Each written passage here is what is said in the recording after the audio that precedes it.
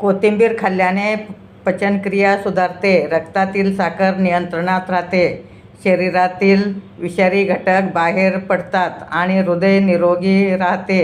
यामध्ये vitamin A, C, के आणि लोह भरपूर असते. पचन आणि पोट शक्ती वाढते व अपचन दूर करते. गॅस आणि पोटदुखीपासून आराम देते. अन्न नीट पचवण्यास मदत करते.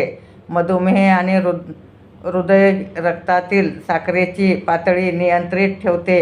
शरीरातील इन्शुलिनचे कार्य सुधारते.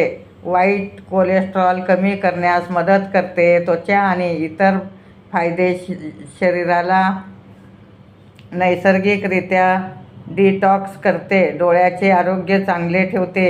तोंडाचे अल्सर आणि जखमा लवकर भरून काढण्यास मदत होते. कोथिंबीर ही अन्नाची चव वाढवण्यासोबतच आरोग्यासाठी अत्यंत गुणकारी आहे.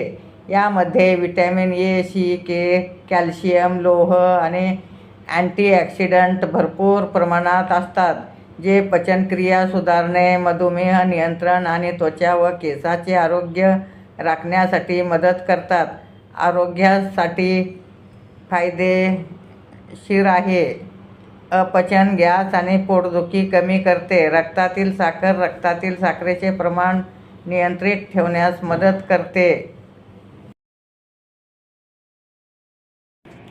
नमस्कार, मी सौ निर्मला आपशिंगेकर.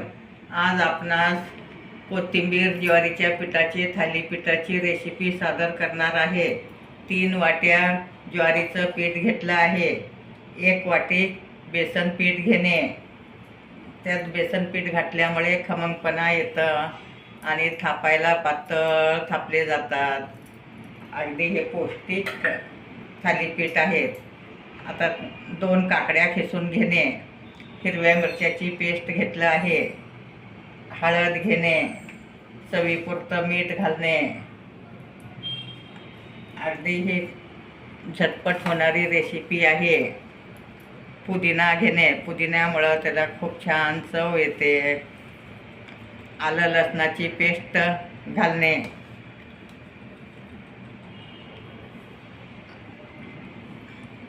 बारीक चिरून कांदा घेणे. आता कांदा घालत आहे मी. पांढरे तीळ घेणे. चहाच्या चमच्याने 4 चमचे पांढरे तीळ घेणे. ओवा घेणे आणि भरपूर कोथिंबीर घालणे. त्यामुळं डायबिटीस नियंत्रणात राहतं. कोथिंबीरमुळे तुम्ही भरपूर कोथिंबीर घालू शकता. आता बाजारात भरपूर कोथिंबीर येत आहे आणि स्वस्त पण आहे. ज्वारी पचायला हलकी असते. आता आपण काकडीचं पाणी असतं त्यात कालवून घेणे. आधी काकडीचं पाणी असतंय त्यामुळं पाणी घालायचं नाही. ह्यातच कालवून घेणे. व्यवस्थित असं कालवून घेणे. कोथिंबीर घातल्यामुळे हिरवा कलर येतं. डायबिटीस नियंत्रणात राहतं आणि पचनसंस्था सुधारते. अगदी तुम्ही दररोज जरी कोथिंबीर भरपूर खाल्लात डायबिटीस वाढणार नाही. आता काकडीच्या पाण्यातच कालवून घेणे. दुसरं पाणी घालावं लागणार नाही. मळून 10 मिनिटं ठेवणे. आता आपलं पीठ मळून झालं आहे. 10 मिनिटं झाले आहेत. आता आपण फडक्यावर, रुमालावर हे थालीपीठ थापून घेणे. हाताला पाणी लावणे आणि अशा टाईपमध्ये तुम्ही थापू शकता. कोथिंबीर आणि ज्वारी हे खूप पौष्टिक असतं. त्यात काकडी घातल्यामुळे अगदी मऊसूत होतात. तुम्हाला जेवढं पातळ पाहिजे तेवढं पातळ तुम्ही थापू शकता. हाताला पाणी लावणे आणि थापणे अशा टाईपमध्ये तुम्ही घरच्या घरी नाश्त्याला करू शकता. डायबिटीससुद्धा नियंत्रणात राहते कोथिंबीर खाल्ल्यामुळे.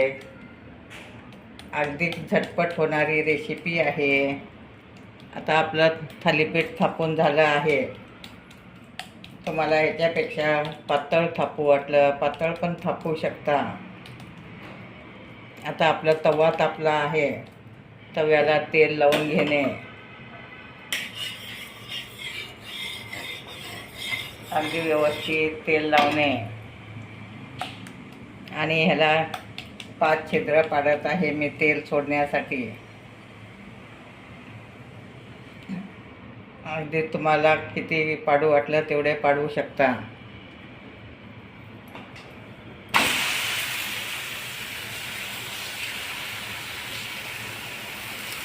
असं रुमाल काढून घेणे. आता आपण ह्यात तेल सोडत आहोत. अशा टाईपमध्ये तुम्ही तेल सोडणे, कडनंही तेल सोडणे, खरपूस भाजून घेणे. आता मी दुसरं थालीपीठ थापून दाखवत आहे. अशा टाईपमध्ये तुम्ही थापू शकता. अगदी गोल गरगरीत थापू शकता. आता आपलं थालीपीठ उलटून घेणे.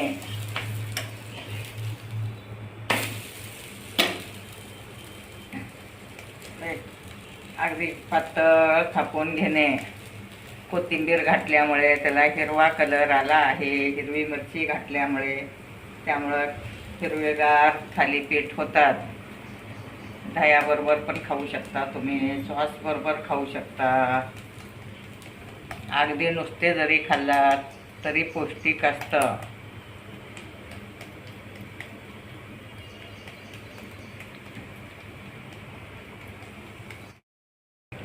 आता अशा टाईपमध्ये तुम्ही भाजून घेऊ शकता.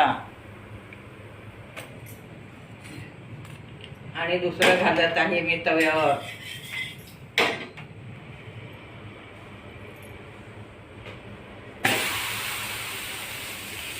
अशा टाईपमध्ये आता मी सगळेच करून घेणार आहे.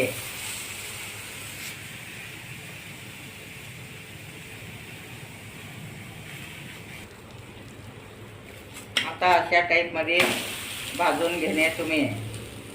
आता सगळे अशाच टाईपमध्ये मी करून घेणार आहे. कोथिंबीर आणि ज्वारीचं पीठ ह्याचे थालीपीठ तयार आहे. गरमागरम दह्यासोबत तुम्ही खाऊ शकता. माझे व्हिडिओ लाईक, शेअर, सबस्क्राईब करा. कमेंट करायला विसरू नका. अगदी घरच्या घरी हे करू शकता तुम्ही थालीपीठ. मुलांच्या डब्यात देऊ शकता. अगदी नाश्त्याला करू शकता. डायबिटीस नियंत्रणात राहण्यासाठी तुम्ही थालीपीठ करून खाणे गरजेचे आहे.